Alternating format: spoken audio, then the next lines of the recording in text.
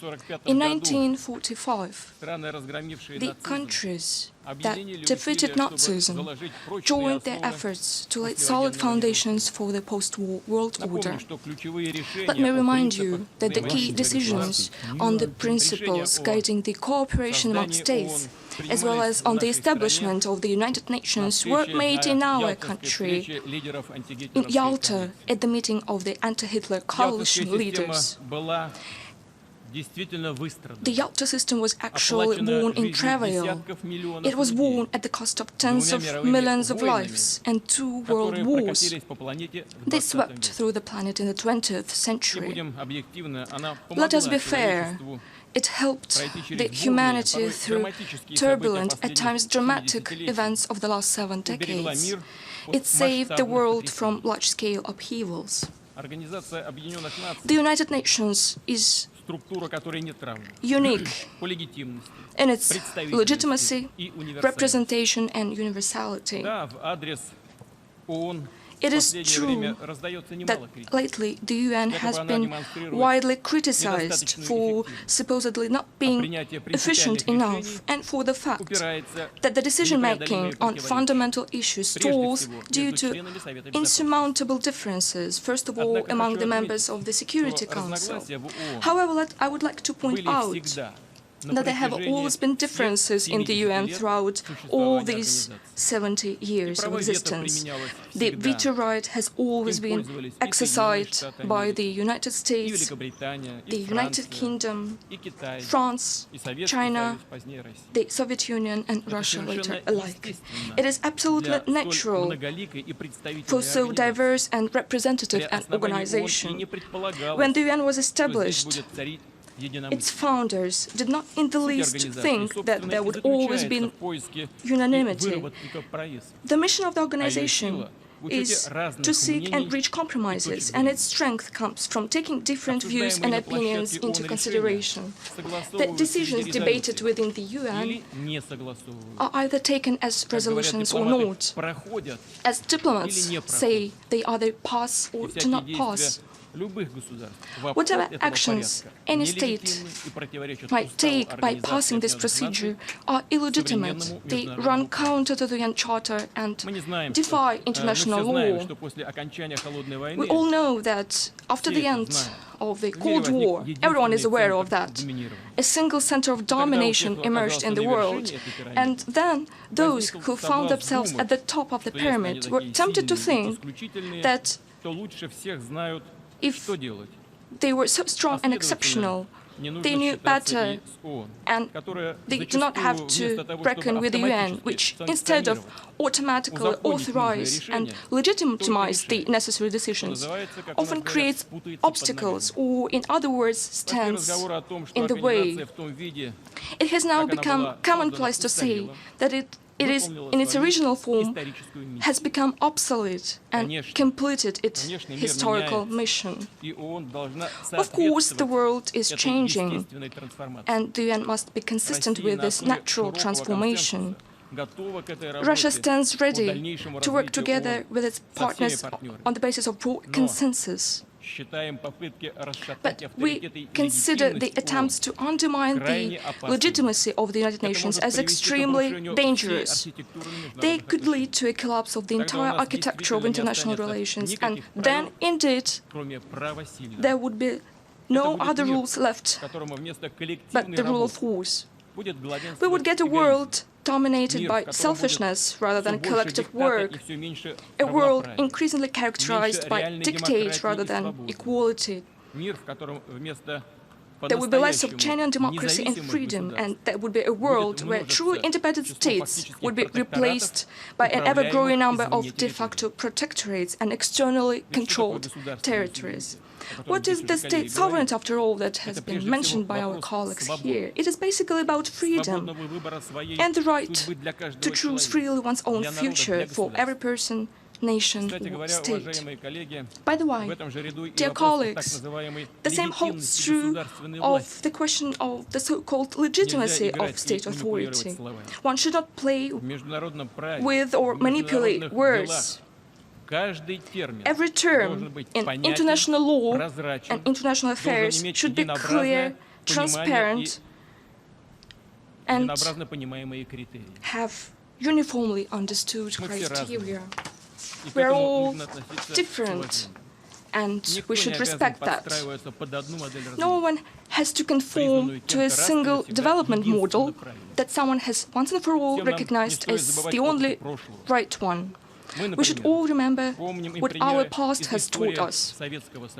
We also remember certain episodes from the history of the Soviet Union, social experiments for export, attempts to push for changes within other countries based on ideological preferences, often led to tragic consequences and to degradation rather than progress.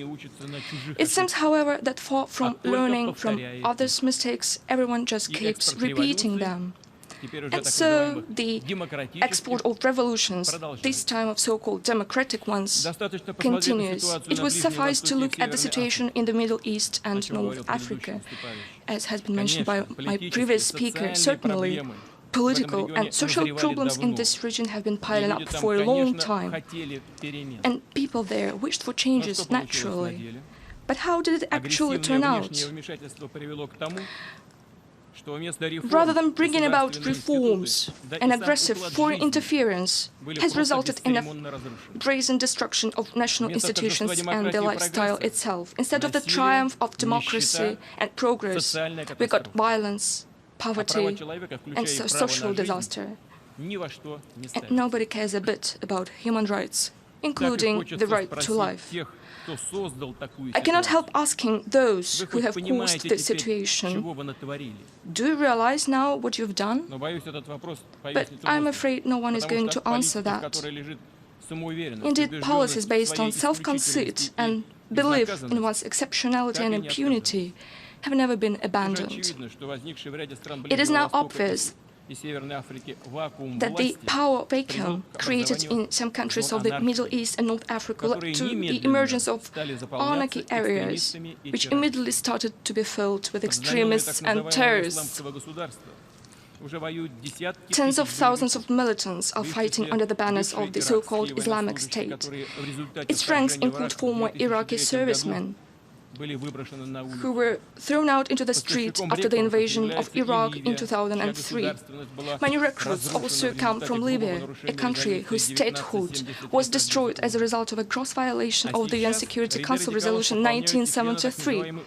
And now the ranks of radicals are being joined by the members of the so-called modern Syrian opposition supported by the Western countries. First, they are armed and trained, and then they defect to the so-called Islamic State. Besides, the Islamic State itself did not just come from nowhere. It was also initially forged as a tool against undesirable secular regimes. Having established a foothold in Iraq and Syria, the Islamic State has become actively expanding to other regions. It is seeking dominance in the Islamic world. And not only there, and its plans go further than that.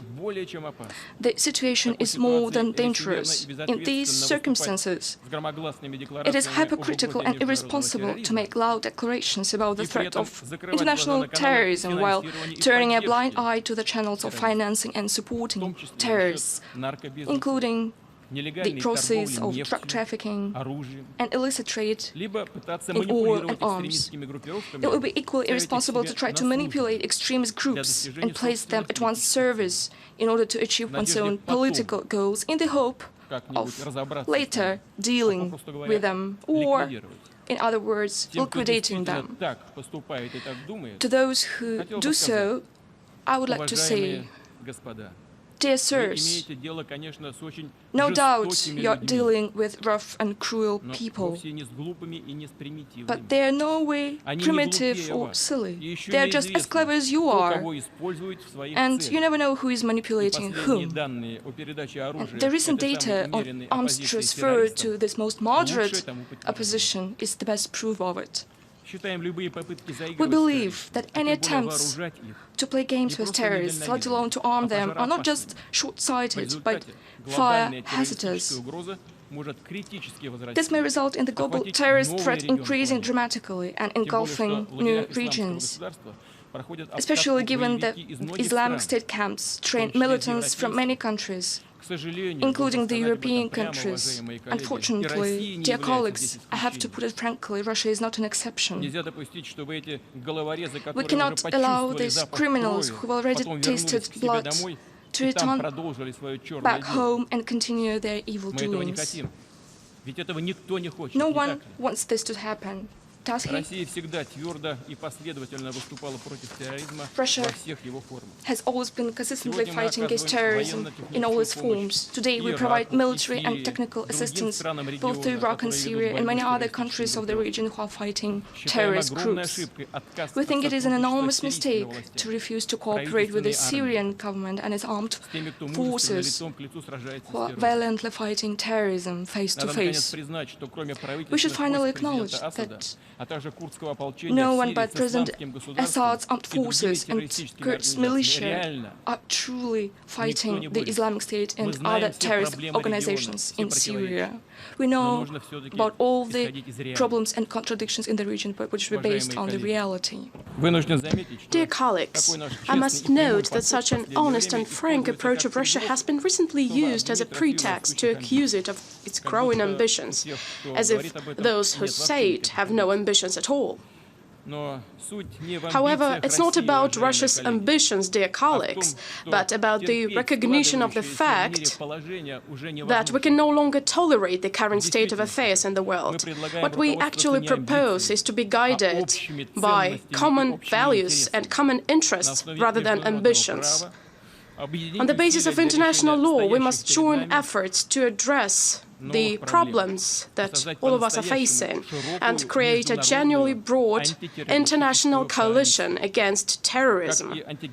Similar to the anti-Hitler coalition, it could unite a broad range of forces that are resolutely resisting those who, just like the Nazis, sow evil and hatred of humankind. And naturally, the Muslim countries are to play a key role in the coalition, even more so because the Islamic State does not only pose a direct threat to them, but also desecrates one of the greatest world religions by its bloody crimes. The ideologists of militants make a mockery of Islam and pervert its true humanistic values. I would like to address Muslim spiritual leaders as well. Your authority and your guidance are of great importance right now. It is essential to prevent people recruited by militants from making hasty decisions, and those who have already been deceived and who, due to various circumstances, found themselves among terrorists need help in finding a way back to normal life, laying down arms and putting an end to fratricide. Russia will shortly convene, as the current president of the Security Council, a ministerial meeting to carry out a comprehensive analysis of threats in the Middle East. First of all, we propose discussing whether it is possible to agree on a resolution aimed at coordinating the actions of all the forces that confront the Islamic State and other terrorist organizations. Once again, this coordination should be based on the principles of the UN Charter. We hope that the international community will be able to develop a comprehensive strategy of political stabilization as well as social and economic recovery of the Middle East.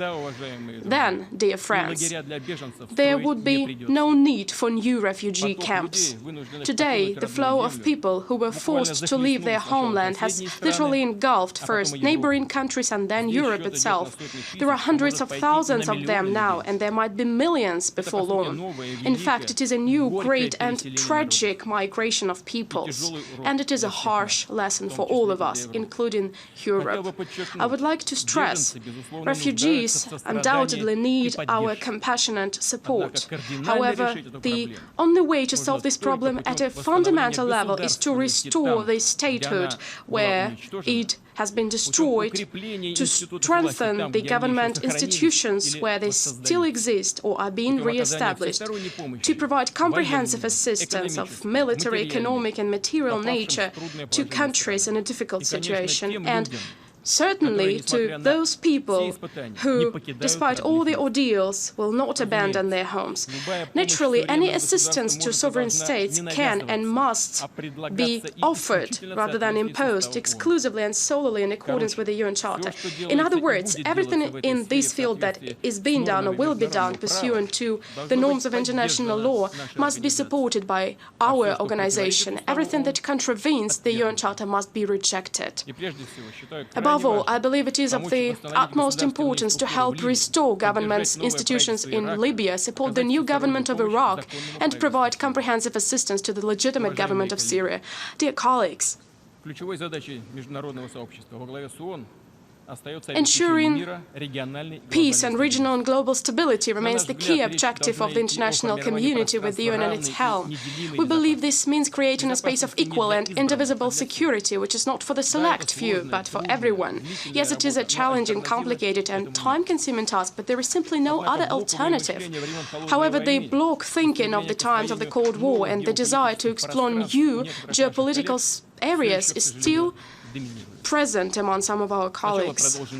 First, they continued their policy of expanding NATO. What for if the Warsaw Bloc stopped its existence? The Soviet Union had collapsed, and nevertheless, the NATO continues expanding, as well as its military infrastructure. Then they offered the post-Soviet countries a false choice, either to be with the West or with the East. Sooner or later, this logic of confrontation was bound to spark off a grave geopolitical crisis. This is exactly what happened in Ukraine, where the discontent of population with the current authorities was used and a military coup was orchestrated from outside that triggered a civil war as a result. We're confident that only through full and faithful implementation of the Minsk agreements of February 12, 2015 can we put an end to the bloodshed and find a way out of the deadlock. Ukraine's territorial integrity cannot be ensured by threats of force of arms. What is needed is a genuine consideration for the interests and rights of the people in the Donbas region and respect for their choice. There is a need to coordinate with them as provided for by the Minsk agreements, the key elements of the country's political structure. These steps will guarantee that Ukraine will develop as a civilized state as an essential link in building a common space of security and economic cooperation both in Europe and in Eurasia. Ladies and gentlemen, I have mentioned this common space of economic cooperation on purpose. Not long ago, it seemed that in the economic sphere, with its objective market laws, we would learn to live without dividing lines. We would build on transparent and jointly formulated rules, including the WTO principles stipulating the freedom of trade and investment and open competition. Nevertheless, today, unilateral sanctions circumventing the UN Charter have become almost commonplace. In addition to pursuing political objectives, these sanctions serve as a means of eliminating competitors. I would like to point out another sign of a growing economic selfishness. Some countries have chosen to create closed and exclusive economic associations, with the establishment being negotiated behind the scenes in secret from those countries' own citizens, the general public, business community, and from other countries. Other states whose interests may be affected are not informed of anything either. It seems that we are about to be faced with an accomplished fact that the rules of the game have been changed in favor of a narrow group of the privileged, with the WTO having no say. This could unbalance the trade system completely and disintegrate the global economic space. These issues affect the interests of all states and influence the future of the world economy as a whole. That is why we propose discussing them within the UN, WTO, and G20. Contrary to the policy of exclusiveness, Russia proposes harmonizing regional economic projects. I refer to the so-called integration of integrations based on universal and transparent rules of international trade. As an example, I would like to cite our plans to interconnect the Eurasian Economic Union and China's initiative of the Silk Road Economic Belt. We still believe that harmonizing the integration processes within the Eurasian Economic Union and the European Union is highly promising. Ladies and gentlemen, the issues that affect the future of all people include the challenge of global climate change. It is in our interest to make the UN Climate Change Conference to be held in December in Paris a success. As part of our national contribution, we plan to reduce by 2030 the greenhouse gas emissions to 70–75% of the 1990 level. I suggest, however, we should take a wider view on this issue. Yes, we might diffuse the problem for a while by setting quotas on harmful emissions or by taking other measures that are nothing but tactical, but we will not solve it that way. We need a completely different approach. We have to focus on introducing fundamentally new technologies inspired by nature, which would not damage the environment, but would be in harmony with it. Also, they would allow us to restore the balance between the biosphere and technosphere upset by human activity. It is indeed a challenge of planetary scope, but I'm confident that humankind has intellectual potential to address it. We need to join our efforts. I refer first of all to the states that have a solid research basis and that have made significant advances in fundamental science. We propose convening a special forum under the UN auspices for a comprehensive consideration of the issues related to the depletion of natural resources, destruction of habitat and climate change. Russia would be ready to co-sponsor such a forum. Ladies and gentlemen, colleagues, it was on the 10th of January 1946 in London that the UN General Assembly gathered for its first session. Mr. Zuleta Angel, a Colombian diplomat and the chairman of the Preparatory Commission, opened the session by giving, I believe, a concise definition of the basic principles that the UN should follow in its activities, which are free will, defiance of scheming and trickery, and spirit of cooperation. Today, his words sound as a guidance for all of us. Russia believes in the huge potential of the United Nations, which should help us avoid a new global confrontation and engage in strategic cooperation. Together with other countries, we will consistently work towards strengthening the central coordinating role of the UN. I'm confident that by working together, we will make the world stable and safe, as well as provide conditions for the development of all states and nations. Thank you.